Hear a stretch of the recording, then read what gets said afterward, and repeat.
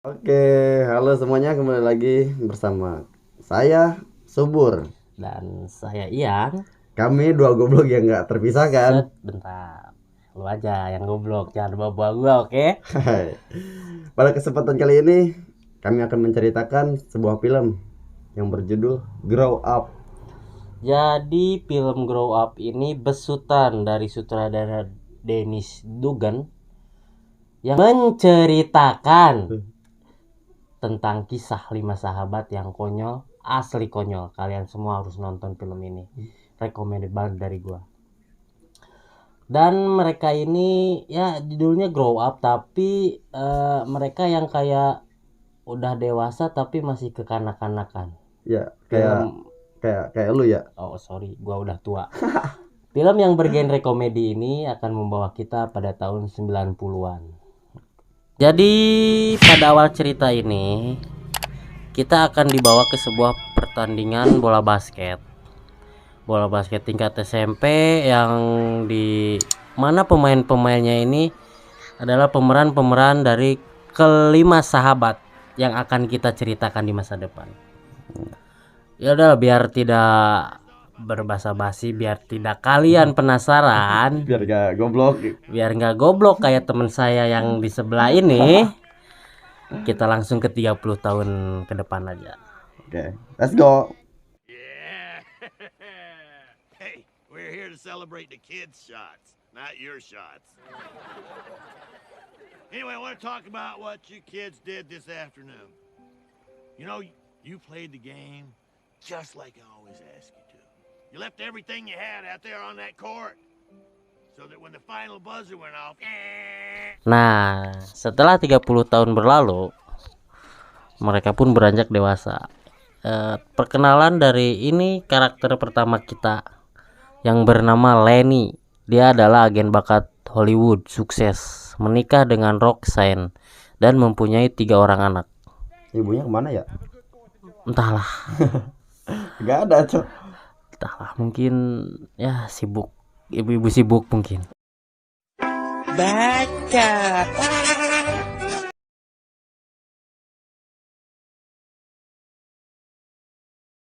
Dan di karakter kedua ada si Eric yang berbadan gendut, ya besar lah, enggak.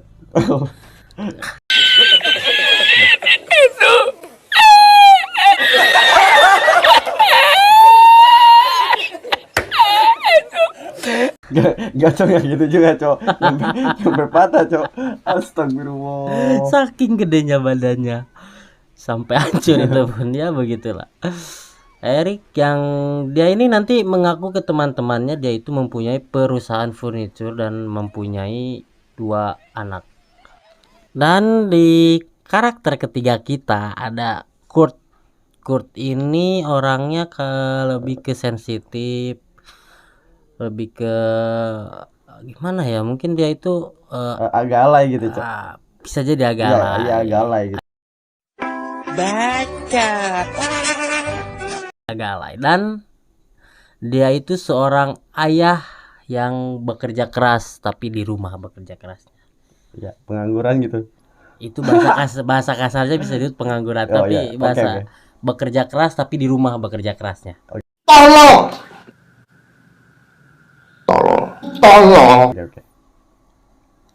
Dia mempunyai 2 anak, tinggal di rumah bersama orang tuanya, dan sekarang istrinya sedang melahirkan. Mengandung, bukan melahirkan, mengandung. Lebih tepatnya mengandung. Nah, di karakter selanjutnya ini si Markus. Dia itu lebih ke pemalas. Karakternya ke pemalas, playboy. Dan sampai sekarang dia tuh masih apa ya disebutnya? Ya, Disebut bujangan, dia udah weak Kagak terus. bujang ya, kagak bujang. Weak terus dia. Mantap ya. Iya, jadi intinya dia masih menikmati masa lajang sampai tua lah, seperti itu. Ini karakter terakhir ada si Rob. Oh, bentar. Gua paling suka banget sama karakter Robin ini. Di masa kecilnya pun dia tertarik dengan wanita dewasa. Oh my god. Wow. Dewasa, anjay, wanita dewasa, Cok. Nah, dia di masa yang sekarang sudah 30 tahun, istrinya pun sekarang menjadi wanita tua.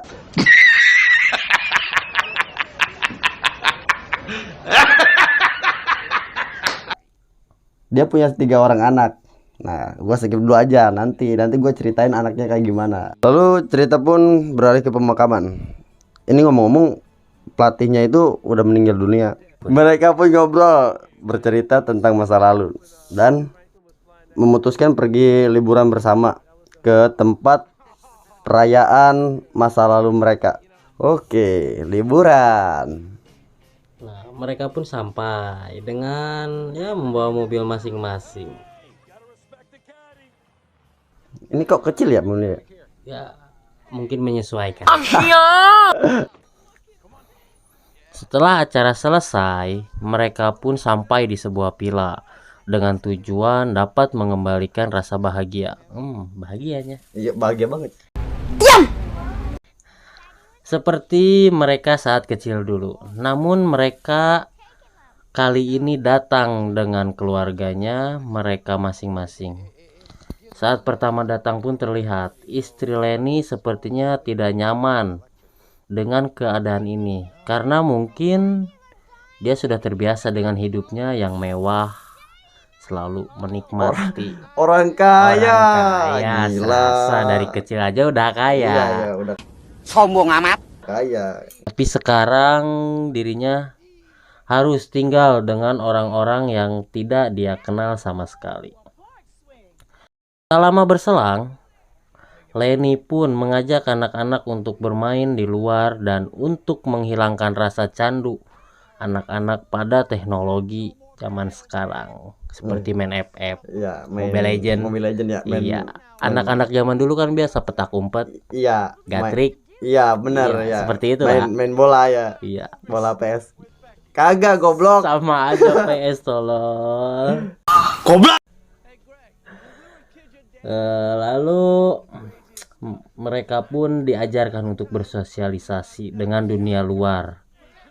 Erik pun mengajari cara bermain ayunan pada anak-anak. Namun sayang dia malah gagal dan menabrak pohon.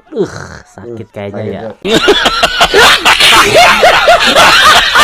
Ya, sakit banget. Sakit Itu banget. kepalanya nyungsep. Cok.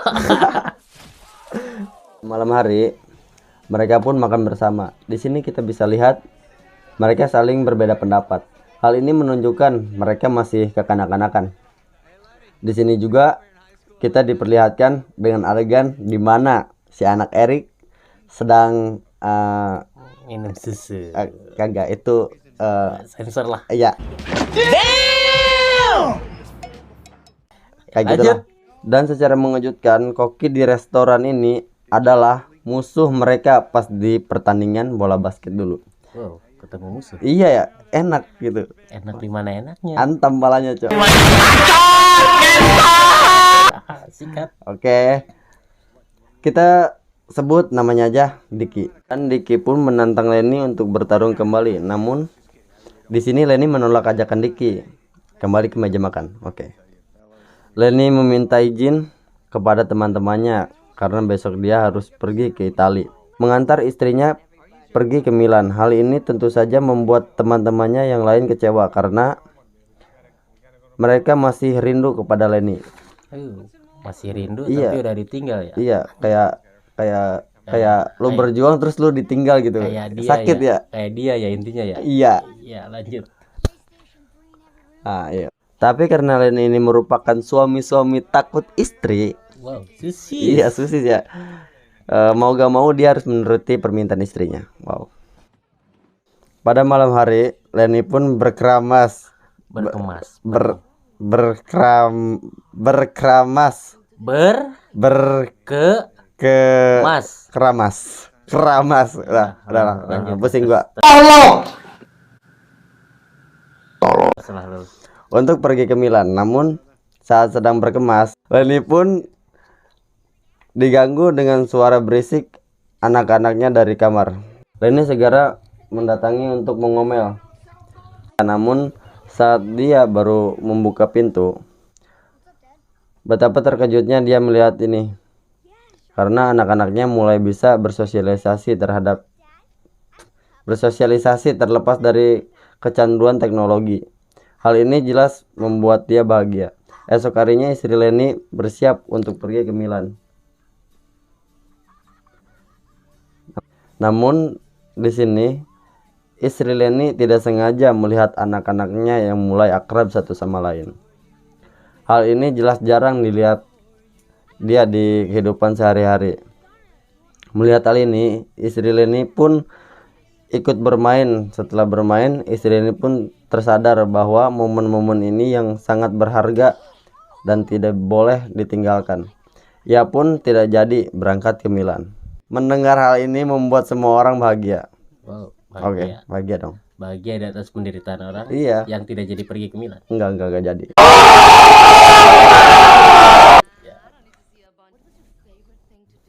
Untuk merayakan kebahagiaan mereka, mereka pun pergi berenang.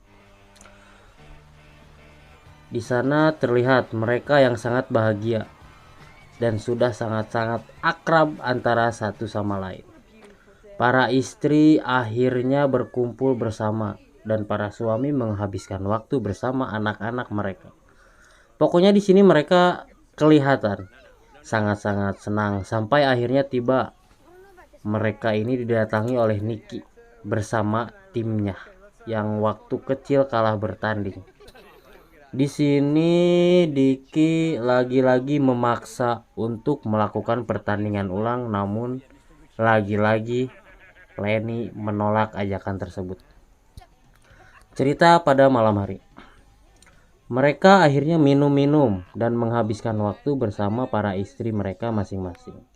Yang momen ini merupakan momen yang sangat langka untuk didapatkan akibat kesibukan mereka masing-masing. Pada esok hari, Markus yang baru terbangun ini mendatangi teman-temannya. Dan di sini Markus bilang bahwa semalam ia sudah bermimpi indah. Kayaknya mimpi basah ya. Iya, udah jelas banget ini biasa kayaknya. Udah lah. Ya, apalagi lah. Laki-laki jomblo seumur hidup mimpi basah. Iya, dah lah.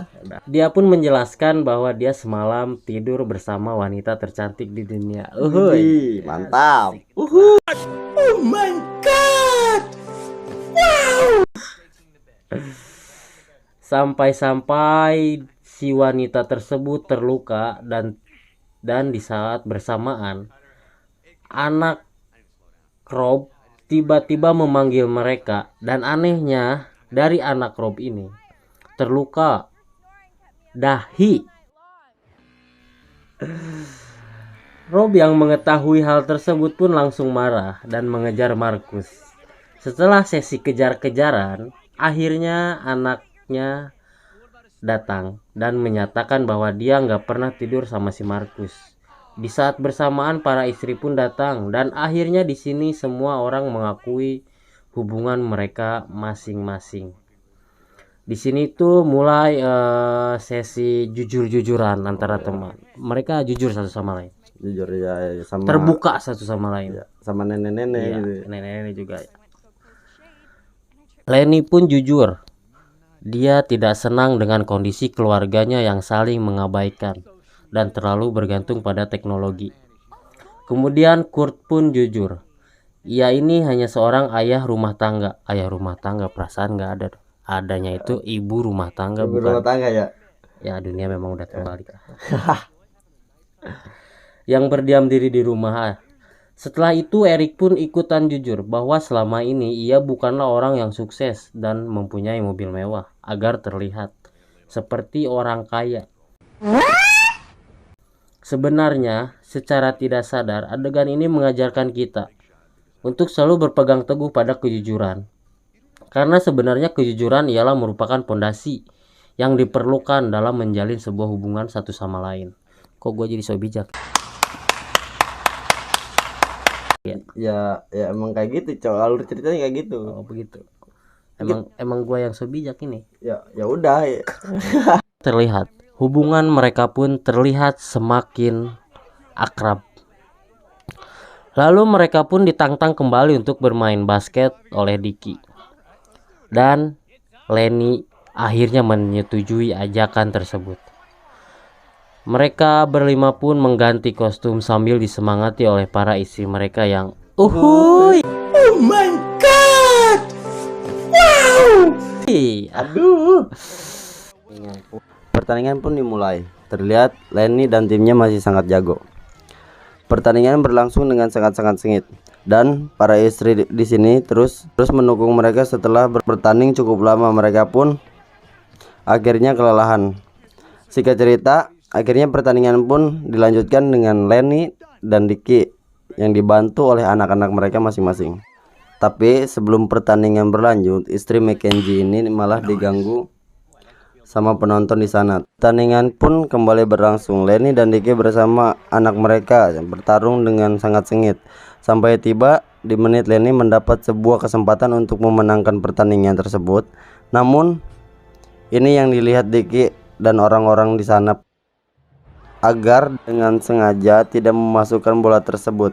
Hal ini dilakukan Lenny agar Dicky dapat bahagia dan merasakan kemenangan. Setelah bertanding, singkat cerita, Lenny dan kawan-kawan menyempatkan waktu untuk melihat pemandangan yang indah bersama keluarga mereka masing-masing. Usaha untuk mempersatukan keluarga mereka yang sudah hampa ini akhirnya berhasil.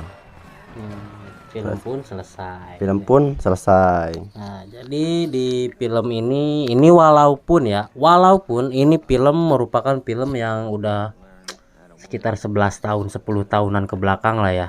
Film ini film komedi yang sangat dapat menyindir dengan kondisi sosial pada saat ini, betul nggak? Iya betul banget. Iya. Yang karena emang tercandu banget sebuah teknologi. Iya betul, sampai-sampai tidak berkomunikasi dengan orang lain. Iya, sampai tidak bersosialisasi. Nah, dan film ini juga dapat memberikan kita banyak pesan, diantaranya yaitu agar kita tidak pernah lupa dengan pertemanan yang pernah kita jalanin. Ya, oke. Jangan lupa teman. Iya, jangan lupa teman akibat gadget ya. Atau istilahnya kacang lupa kulit. Oh iya benar. Selain itu, film ini juga menasehati kita untuk berpegang teguh pada kejujuran dalam setiap hubungan. Dan yang terakhir, ini mengajari kita untuk dapat memberi kesempatan bagi orang lain. Oke. Jangan egois intinya. Jangan egois. Jadi Oke, itu makna dari film ini. Nah. Mungkin udah sampai di sini. Oke, thank you. Balik lagi bersama kita nanti. Oke, thank you. Goodbye. See you the next video.